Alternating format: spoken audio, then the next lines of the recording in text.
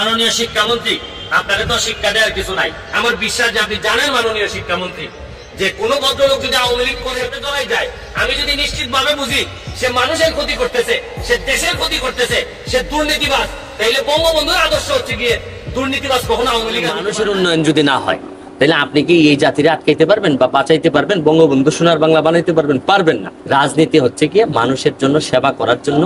যা যা আপনি করতে পারেন এটা রাজনীতির মাধ্যমে করতে পারেন। তিনি বাংলাদেশের একজন।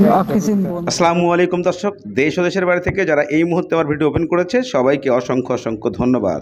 দর্শক, প্রথমেই শিরোনামের প্রথম অংশেই শিক্ষামন্ত্রীকে ব্যারিস্টার সুমন ধুয়ে দিলেন ইচ্ছা মতো। কিন্তু এই ধোয়াতেই সেই ধোয়া নয়। আগামীতে ধৈর্য ধরে থাকুন, আরও সুন্দরভাবে দেখা যাবে কিভাবে গরম পানি দিয়ে ব্যারিস্টার সুমন ধুয়ে ফেলেছেন। এবং মাননীয় প্রধানমন্ত্রীর সঙ্গে আলাপকালে বলেছেন, মাননীয় প্রধানমন্ত্রী, এইভাবে দেশ গড়লে আপনি সোনার বাংলা গড়তে পারবেন না, এইভাবে দেশ গড়লে আপনি বঙ্গবন্ধুর সোনার বাংলা ধরে রাখতে পারবেন না, আপনাকে শক্ত হবে। মাননীয় প্রধানমন্ত্রী প্রত্যুত্তরে বলেছে, তুমি বাংলাদেশের একটা নক্ষত্র, তুমি বাংলাদেশের একটা স্বর্ণ, তুমি বাংলাদেশের একটা গর্ব। এই কথা বলে মাননীয় প্রধানমন্ত্রী রেখে দেন। কিন্তু ব্যারিস্টার সুমন এই কথাটুকু পুঁজি করে নিয়ে নয়, উনি শিক্ষামন্ত্রীকে এমন শিক্ষা দিয়েছেন যে শিক্ষা বাংলার প্রতিটি ঘরে ঘরে, বাংলার প্রতিটি মানুষ, বাংলার প্রতিটি এমপি মন্ত্রী, বাংলার প্রতিটি শিক্ষক এবং বাংলার প্রতিটি রাস্তাঘাটের গরিব কৃষক যারা ভাই বোনরা আছে, প্রত্যেকটা মানুষই এই অংশটা দেখার পরে সংসদে যে ধরনের কথাবার্তা বলা হয়েছে শিক্ষামন্ত্রীকে, যে আপনি শিক্ষার কারিগর, অথচ শিক্ষা নিয়ে আপনি চোর বাটপারি চিটারি করতেছেন। আপনাকে শিক্ষার মানুষ, শিক্ষা দেওয়ার কি আছে? আপনি নিজেই শিক্ষা জানেন না, তাহলে মানুষকে কি শিক্ষা দেবেন? ব্যারিস্টার সুমন আরও বলেন যে একজন শিক্ষিত ব্যক্তি পারে দেশটাকে গড়তে, একজন শিক্ষিত মা পারে জাতিকে উন্নতি করতে, একজন শিক্ষিত বাবা পারে জাতিকে উত্তরণ করতে। কিন্তু আপনি কোন শিক্ষিত মন্ত্রী? চলুন আমরা শিক্ষিত মন্ত্রীর সাথে এই বক্তব্যের কিছু কথা শুনে আসি। মাননীয় শিক্ষামন্ত্রী, আপনাকে তো শিক্ষা দেওয়ার কিছু নাই। আমার বিশ্বাস যে আপনি জানেন মাননীয় শিক্ষামন্ত্রী, যে কোনো ভদ্রলোক যদি আওয়ামী লীগ করে আর সে যদি দুর্নীতির সাথে জড়াই যায়, আমি যদি নিশ্চিত ভাবে বুঝি সে মানুষের ক্ষতি করতেছে, সে দেশের ক্ষতি করতেছে, সে দুর্নীতিবাজ, তাইলে বঙ্গবন্ধুর আদর্শ হচ্ছে গিয়ে দুর্নীতিবাজ কখনো আওয়ামী লীগ হইতে পারে না। এবং দুর্নীতি করলে সে আদর্শটারে ব্যবহার করতেছে, সে তার ব্যক্তিগত সুবিধার জন্য, সে আওয়ামী লীগের ভালো চায় অথবা সে দেশের ভালো চায়, এই কোনো কাজ না, বা বঙ্গবন্ধুরে ভালোবাসে এটা না। এই সেলিম খান, আপনিও তো জানেন, সে আগে জাতীয় পার্টি করতো, জাতীয় পার্টি থেকে আইসা এখন আওয়ামী লীগের নাম দাঁড়িয়ে হয়েছে। আর আপনি আওয়ামী লীগে করে এই কারণে আপনি বলে দিলেন আপনার কনস্টিটিউয়েন্সিতে আপনি 15টা ডিও লেটার দিলেন। আমার আর কোনো কিছু বলার নাই। মাননীয় শিক্ষামন্ত্রী, আপনি সেলিম রে দরকার হলে আনার করে দিয়ে দেন, তারপর চাঁদপুরটা দিয়ে দিয়েন না, কারণ চাঁদপুরের মানুষও তো এখানে বেঁচে থাকতে হবে। যদি এই রিপোর্ট অনুযায়ী দেখলাম যে এইভাবে বালু তোলার কারণে 3 থেকে 4 জায়গা যে শহর রক্ষা বা চাঁদপুর এটা দেবে গেছে, তারপরও শহরটাকে ধ্বংস করতে দিবেন? এক সেলিম খানের কাছে সব দিয়ে দিবেন? প্রশ্নটা একেবারেই অবান্তর। মাননীয় সংসদ সদস্য ঢালাও কথা অনেক কিছু বলা যায়, কিছু দুর্নীতির কথা বলেছেন এই প্রকল্পটিতে। এটির অবস্থা প্রায় পদ্মা সেতুর মতো। তার কারণ হচ্ছে এখানে জেলা প্রশাসন থেকে প্রাক্কলন দেওয়া হয়েছে, কিন্তু সেই প্রাক্কলন যখন শিক্ষা মন্ত্রণালয়ে এসেছে আমরা এইগুলো দেখে বলেছি যে এই মূল্য হতে পারে না, অতএব সেটিকে বাতিল করে দেওয়া হয়েছে। কাজে এখানে দুর্নীতির কারো হয়তো, জেলা প্রশাসনের কারো হয়তো অভিপ্রায় থেকে থাকতে পারে, দুর্নীতি হয়নি, কোনো 1 টাকা পয়সা এদিক ওদিক যায়নি। আপনাদেরকে এটি আমি নিশ্চিত করতে পারছি। আমরা ব্যাপকভাবে আলাপ আলোচনা করে নানান অনুসন্ধান করে তারপরে দেই। এটা মনে রাখতে হবে, পৃথিবীর এমন কোনো পেশা নেই, এমন কোনো জায়গা নেই যেখানে ভালো মানুষের পাশাপাশি কিছু বিপদগামী মানুষও থাকে না, এমন নয়। কোনো মানুষ আপনি ভালো ভেবে কাউকে দিলেন, তিনিও ভুল করতে পারেন অনেক সময়। কাজেই অন্যায়। এদিকে শিক্ষামন্ত্রী বলেছেন যে আমি কোনো দুর্নীতি করি নাই, আমি কোনো অন্যায় করি নাই, আমি কোথাও একটা টাকাও দুর্নীতি করার চান্স দেই নাই, কেননা আমি সঠিকভাবে তদন্ত করেই আমি এই টাকাগুলো ব্যয় করেছি। পৃথিবীর কোনো দেশ নেই যে দেশে এই দুর্নীতির অপপ্রবাদ নাই, কিন্তু আমি কোনো দুর্নীতি করি নাই। দুর্নীতি করলে আমি আমার যা দুর্নীতি আছে আমাকে দেখিয়ে দিক। ব্যারিস্টার সুমন এই দুর্নীতি খুঁজে বের করে আপনাকে চাক্ষুষ দেখিয়ে দিবেন। ব্যারিস্টার ব্যারিস্টার সুমন বলেছেন আপনি কতটা দুর্নীতি করেছেন, যে দুর্নীতি দাঁড়িপাল্লায় উঠালে, দাঁড়িপাল্লায় মাপলে হয়তোবা দুর্নীতির পাল্লায় নিজ দিকে বেশি ভারী থাকবে, কেননা আপনি এতটাই দুর্নীতি করেছেন।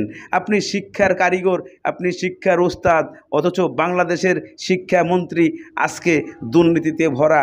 আপনার আত্মীয় স্বজন থেকে শুরু করে সব জায়গাতেই দুর্নীতি। তাহলে আপনি এই দেশের শিক্ষার কি মান দিতে পারবেন? আপনি নিজেকে দাবি করেন আপনি চুরি করেন নাই, আপনি বিশ্বের কথা বলেন, বিশ্বের কথা বলে আপনার লাভ কি? আপনি ছোট্ট একটা দেশ বাংলাদেশকেই আপনি ঠিকমতো মেনটেন করতে পারেন নাই, শিক্ষা দিতে পারেন নাই, জাতিকে কোনো কিছু দিতে পারেন নাই, আপনি শুধু চুরির বস্তা ভরে রেখেছেন। তাহলে আপনি দেশের জন্য কি করবেন? আপনাকে শিক্ষামন্ত্রী দিয়েছে কোন যোগ্যতায়? আপনার শিক্ষামন্ত্রী পাওয়ার কোনো যোগ্যতাই ছিল না, কারণ তবু এই দেশটার কষ্ট হয়। যে দেশে শিক্ষামন্ত্রী বসে আছে উনি নিজেই কিছু জানে না, তাকে শিক্ষামন্ত্রী বানিয়ে দেশটাকে কলঙ্ক দেওয়া হচ্ছে। ব্যারিস্টার সুমন আরও বলেছেন এই দেশে আমাদের বাংলাদেশকে এই সমস্ত অযোগ্য মন্ত্রী এমপি দিয়ে দেশটাকে শুধু ধ্বংস করতেছি, কেননা এই কিয়ামতের আলামত বাংলাদেশে চলে এসেছে। চলুন আরও কিছু বক্তব্য শুনি। অপরাধ কোথাও ঘটতে পারে, বিবেচ্য বিষয় যে অন্যায় অপরাধ ঘটলে ব্যবস্থা নেওয়া হচ্ছে কিনা। এই যে আইনি কার্যক্রম যে চলছে তাতে আমাদের এই আপিলটি যখনই উত্থাপিত হবে সেটির শুনানি হবে এবং তাতে অবশ্যই শিক্ষা মন্ত্রণালয় তার যথাযথ দায়িত্ব পালন করবে। কারণ আমি ব্যক্তিগতভাবেও শুধু একজন সংসদ সদস্য হিসেবে নয়, আমি মনে করি বাংলাদেশের একজন নাগরিক হিসেবে যে কোনো নাগরিকের এই অধিকার কেউ কেড়ে নিতে পারেন না। সৈয়দ সাইদুল হক 242 হবিগঞ্জ 4, আপনার সময় 5 মিনিট। ধন্যবাদ মাননীয় স্পিকার। শুরু করিতেছি মহান আল্লাহর নামে, যিনি পরম করুণাময় এবং অত্যন্ত দয়ালু। মাননীয় স্পিকার, আমার বক্তব্যের শুরুতেই শ্রদ্ধা ভরে স্মরণ করছি হাজার বছরের শ্রেষ্ঠ বাঙালি বঙ্গবন্ধু শেখ মুজিবুর রহমান।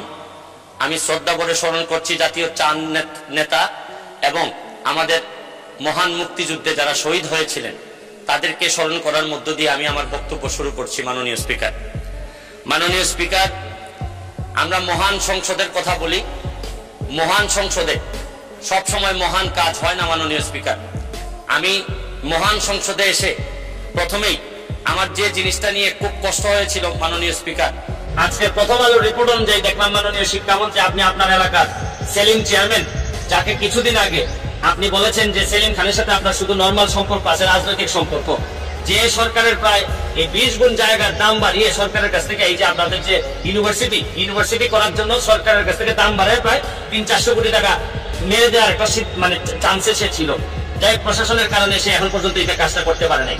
আজকে আরেকটা জিনিস দেখে মাননীয় শিক্ষামন্ত্রী আপনাকে একটা অনুরোধ করতে চাই। মাননীয় শিক্ষামন্ত্রী, আপনার এই রিপোর্টে দেখলাম আপনি এই পর্যন্ত 4-5 বছরে আপনি ডিও লেটার দিয়েছেন এই সেলিম চেয়ারম্যান, তার ভাই এবং তার ছেলের যে কোম্পানি এদেরকে কাজ দেওয়ার জন্য এই 15টা ডিও লেটার দিয়েছেন মাননীয় শিক্ষামন্ত্রী। মানে এরা যেন কাজ পায়, ঠিক আছে, নাব্যতা বজায় রাখার জন্য আপনার মনে হয়েছে যে এরা কাজ পাইলে নাব্যতা বজায় থাকবে যদি এরা পালন করে। কিন্তু 15টা চিঠি দিয়ে এদেরকে কাজ দিয়ে এই যে রিপোর্টগুলো আসছে মাননীয় শিক্ষামন্ত্রী, নির্বিচারে বালু তোলায় পরিবেশ ও জীব বৈচিত্র্য বিপর্যস্ত, রাত দিন 2 শতাধিক ট্রেজারে চলে বালু উত্তোলন, আর 8 বছরে প্রায় 2800 কোটি টাকা পকেটে চলে গেছে হচ্ছে গিয়ে সেলিম খানের এই রিপোর্ট অনুযায়ী।